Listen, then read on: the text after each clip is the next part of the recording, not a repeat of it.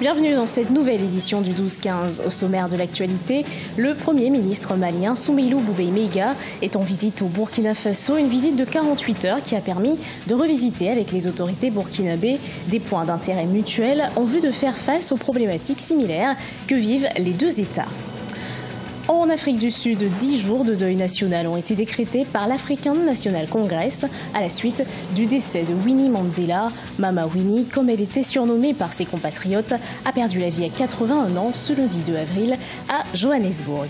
Et puis la Tanzanie tarde à interdire l'utilisation des matériaux en polyéthylène. Le pays exporte 70% de ses sacs plastiques.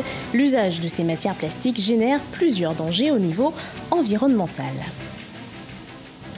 Le Mali et le Burkina Faso, les deux pays frontaliers en proie à des attaques récurrentes, ont décidé de renforcer leur coopération dans la lutte contre le terrorisme. Dans ce cadre, le président malien Soumeilou Boubèye Maïga a effectué une visite de solidarité et de travail en terre burkinabé. Un sujet de Jean-Paul Ouedraogo, commenté par Ibrahima Tchoubama.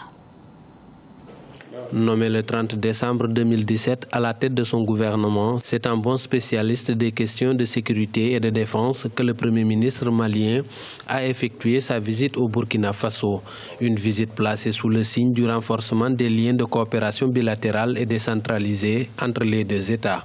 Nous avons estimé qu'il était absolument important que nous puissions relancer tous les mécanismes de coopération que nous avons au niveau transfrontalier d'abord, au niveau de nos régions, non seulement au niveau des appareils administratifs et étatiques, mais même au niveau des organisations de la société civile, au niveau des élus locaux, pour que nous ne puissions pas laisser aucun espace libre pour tous les éléments qui veulent amener la déstabilisation dans nos pays.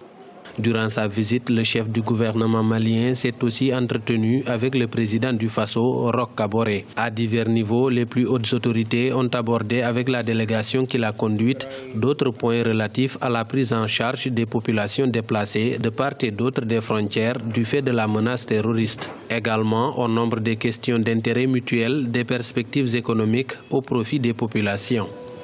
Au-delà donc du renforcement donc de la communication et de la coopération entre nos gouvernements sur le plan bilatéral, et comme je te l'ai dit, cela vient donc s'ajouter à ce qui existe au niveau sous-régional. Comme vous le savez, nous travaillons tous au sein du G5 Sahel, nous sommes tous membres de l'Union économique et monétaire ouest-africaine, nous sommes tous membres de la CEDEAO. Alors ce que nous faisons ne fait que renforcer ces organisations sous-régionales-là. Le Mali et le Burkina Faso font face à un ennemi commun, le terrorisme islamiste. Cette rencontre a permis de renforcer les stratégies conjointes en vue d'une lutte coordonnée contre l'extrémisme. Les mécanismes sous-régionaux doivent être accompagnés par des actions bilatérales efficaces, ont affirmé les deux chefs de gouvernement.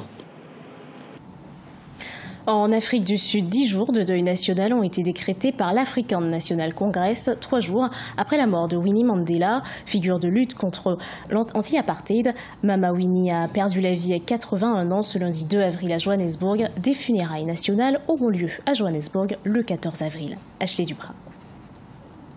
À la dimension de la femme qu'elle a été, 10 jours de deuil national ont été décrétés 3 jours après le décès de Winnie Madikizela Mandela. Le 2 avril 2018, l'Afrique du Sud perdait une militante émérite dans la lutte contre la ségrégation raciale. To the 14th of April. Comme vous le savez, le deuil national aura lieu du 3 au 14 avril. Suite à cette déclaration, avec application immédiate, tous les drapeaux du pays ainsi que dans nos représentations diplomatiques dans le monde seront mis en berne. Et ce, jusqu'au soir du 14 avril.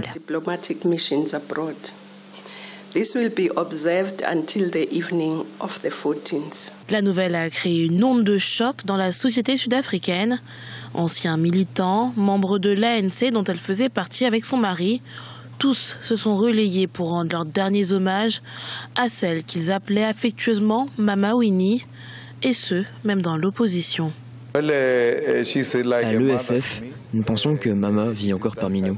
Et c'est une bonne chose parce qu'elle a vraiment réalisé ce pourquoi elle se battait. Elle était comme une mère pour moi. Je ne pouvais rien lui refuser et j'ai toujours été très clair à ce propos en public. Et c'est à Johannesburg, à plus de 900 km du Cap Oriental, sa région natale, que Winnie Mandela sera enterré le 14 avril. De cette dernière, on retiendra notamment son rôle dans le premier gouvernement post-apartheid. En 1994, la travailleuse sociale entre au gouvernement en tant que ministre des Arts, de la Culture, de la Science et des Technologies. Baba Alpha, le journaliste de la chaîne privée nigérienne Bonferrey, est sorti de la prison civile de Niamey ce mardi 3 avril après un an de détention. Il est néanmoins interdit de séjour sur le territoire nigérien. Reportage de notre correspondant au Niger, Sadou Alizé Mouktar. Sorti de la prison civile de Niamey ce 3 avril après un an de détention, le journaliste de la radio et télévision privée Bonferrey, Baba Alpha, a été expulsé du territoire nigérien. C'est par arrêté du ministre de l'Intérieur que Baba Alpha est désormais interdit de séjour sur le territoire nigérien pour raison de sécurité intérieure de l'État, selon les autorités. L'annonce de cette expulsion a provoqué une vague d'indignation auprès de l'opinion, d'autant que Baba Alpha est né au Niger, où il a passé toute sa vie en plus d'être marié à une Nigérienne et père de 2 enfants nigériens. C'est complètement ridicule.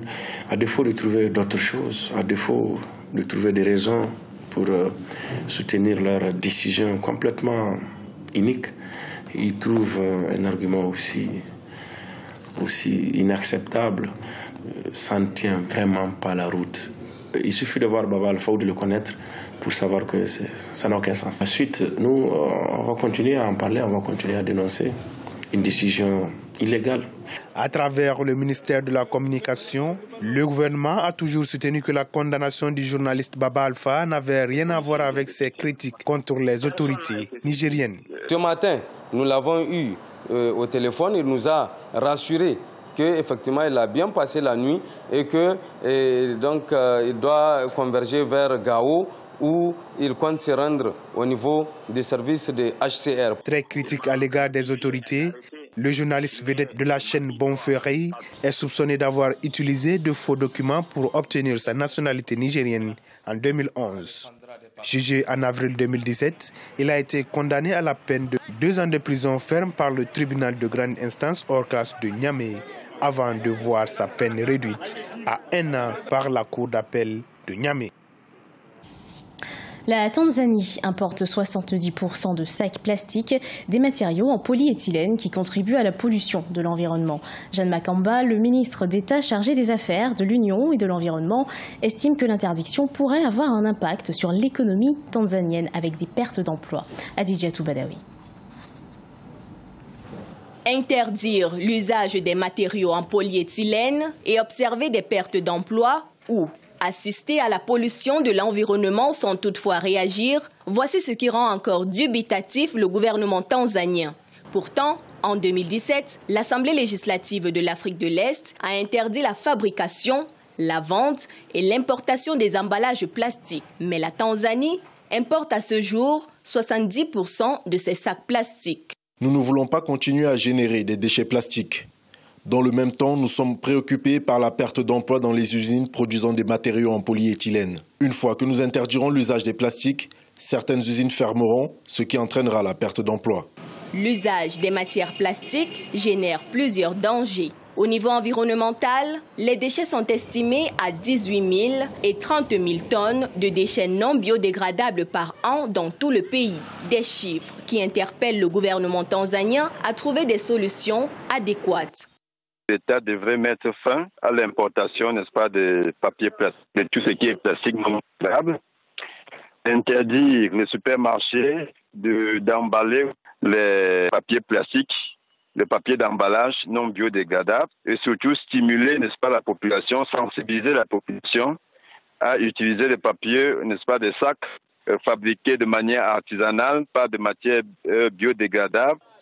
La question du changement climatique interpelle tous les pays du monde. Plusieurs États prennent des mesures pour y remédier. En Afrique de l'Est, le Rwanda et le Kenya sont parvenus tout de même à interdire l'usage des emballages plastiques après moult négociations.